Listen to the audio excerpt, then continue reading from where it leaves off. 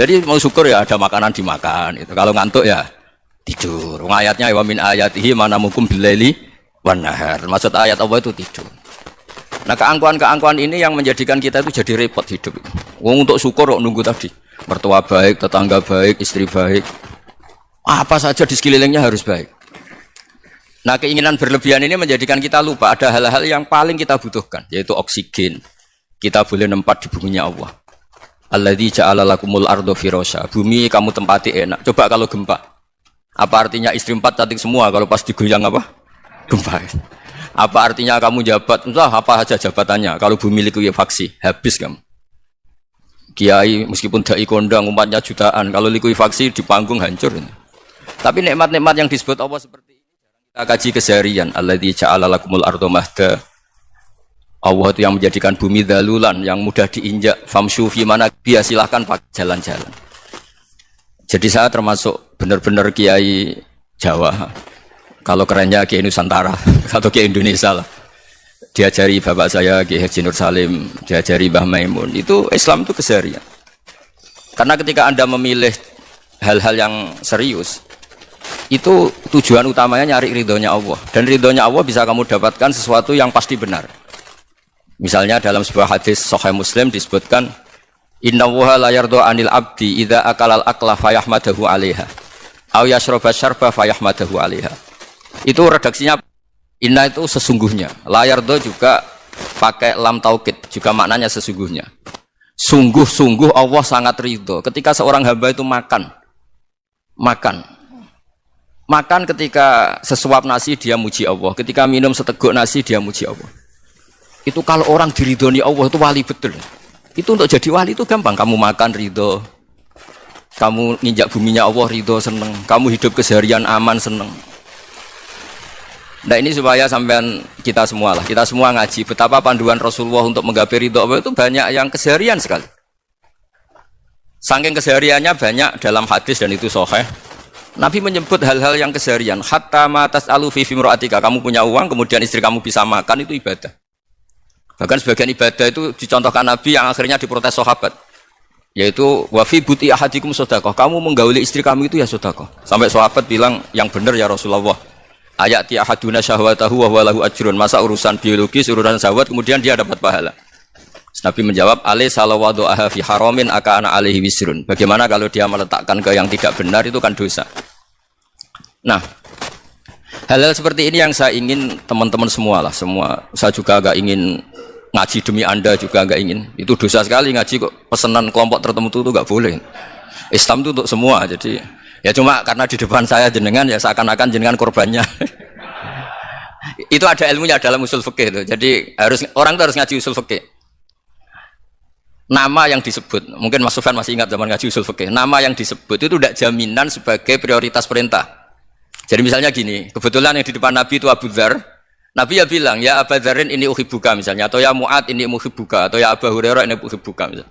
Banyaklah riwayat yang Nabi nyebut ya Abu Dzarin, ya Mu'ad, ya Abu Hurairah.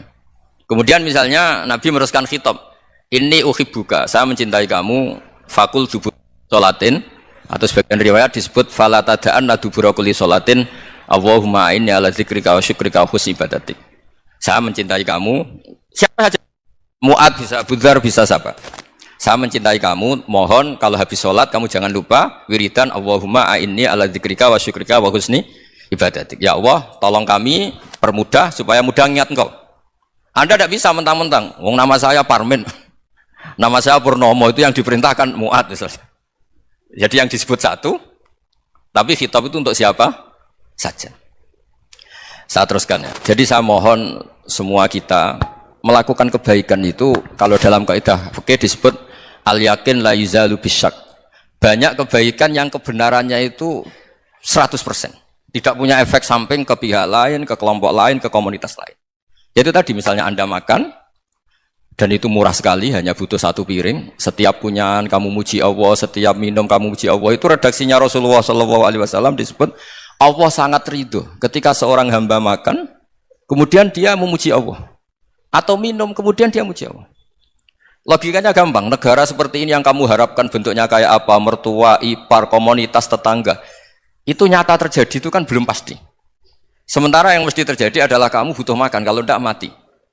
Butuh minum, kalau tidak mati. Butuh bumi yang nyaman ditempati, kalau tidak kita juga mati.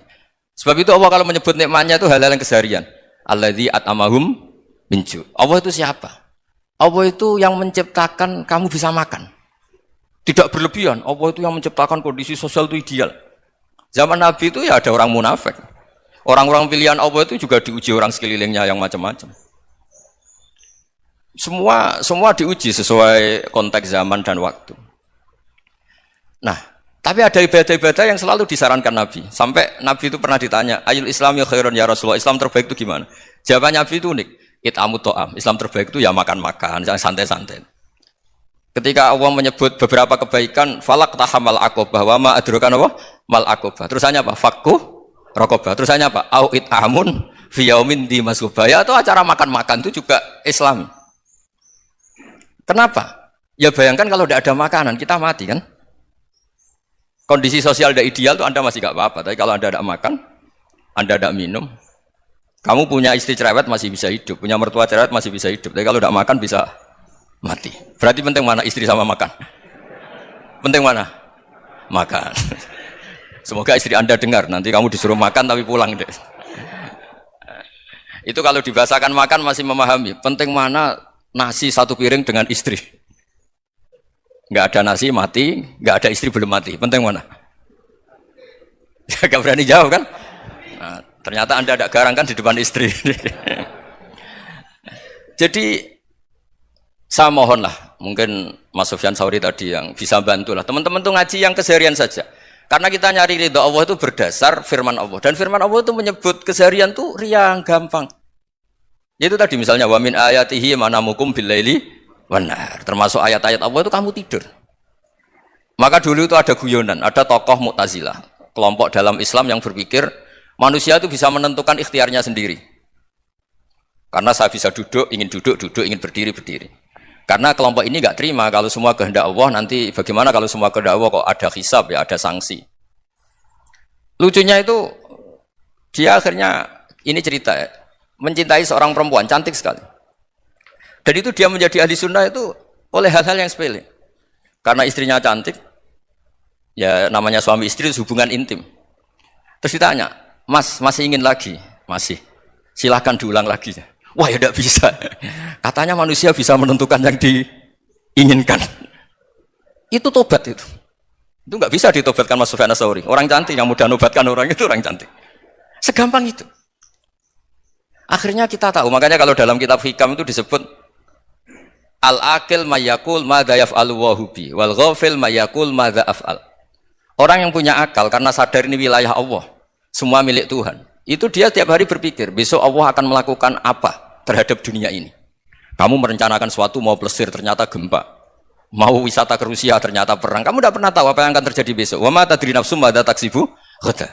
Tapi Anda semua kita ini sering punya jadwal permanen. Makanya saya kalau diundang siapa saja, sanad takdir. Yang jelas Gus ini acara penting. Ya masih acara penting nak pangeran ngersakno piye? Kowe ape dadi pangeran, kamu kok mau jadi Tuhan. Itu kadang ya kiai. Penting Gus acara ini jenengan harus memastikan bisa. Loh kamu itu yang ngajarin tauhid, sesuatu itu biadillah kok bilang-bilang apa pasti. Kalau maksa terus tak tobatkan loh kamu kata itu. Ya kalau gitu Gus bilang insyaallah. Wah itu hati saya, fisik saya, roh saya sudah bilang insyaallah. Enggak usah kamu latih kata saya. Nah hal-hal tauhid keseharian itu gampang sebetulnya. Wal ghafil yaqulu madza af'al. Tapi orang yang lupa Allah dia setiap hari bilang besok apa? Kita bisa melakukan apa? Seakan-akan dia itu aktor, dia penting, dia subjek permanen dia. Padahal kita ini hanya objek kehendak Allah Subhanahu wa taala. Karena kita yakin sesuatu yang terjadi di alam raya ini kita tidak bisa apa-apa. Makanya saya sering ngaji, sering bilang saya. Ketika Anda mensifati Allah, Dia yang menghidupkan. Sudah itu tanamkan sehingga ketika kita mati santai saja. Kenapa santai? Allah punya cara menghidupkan kita. Zaman kita hidup juga gak tahu caranya ngelola jantung, ngelola paru-paru. Kamu juga gak tahu ngelola oksigen yang tidak beracun, tidak mengandung polusi. Tahu-tahu hidup. Gak ingin tua ya tahu-tahu tua, gak ingin mati tahu-tahu mati. Selama ini kita hidup juga gak tahu apa sebetulnya. Hanya gaya tok, punya jadwal, punya planning. Kalau kamu bisa menentukan pilihan Anda, pasti Anda istrinya cantik, 4 neriman semua, qanaah semua. Nyatanya enggak kan? Ada 1 jelek cerewet Wah itu kan nyatanya tidak bisa apa-apa Anda kan. Dan kamu bawa mati lagi.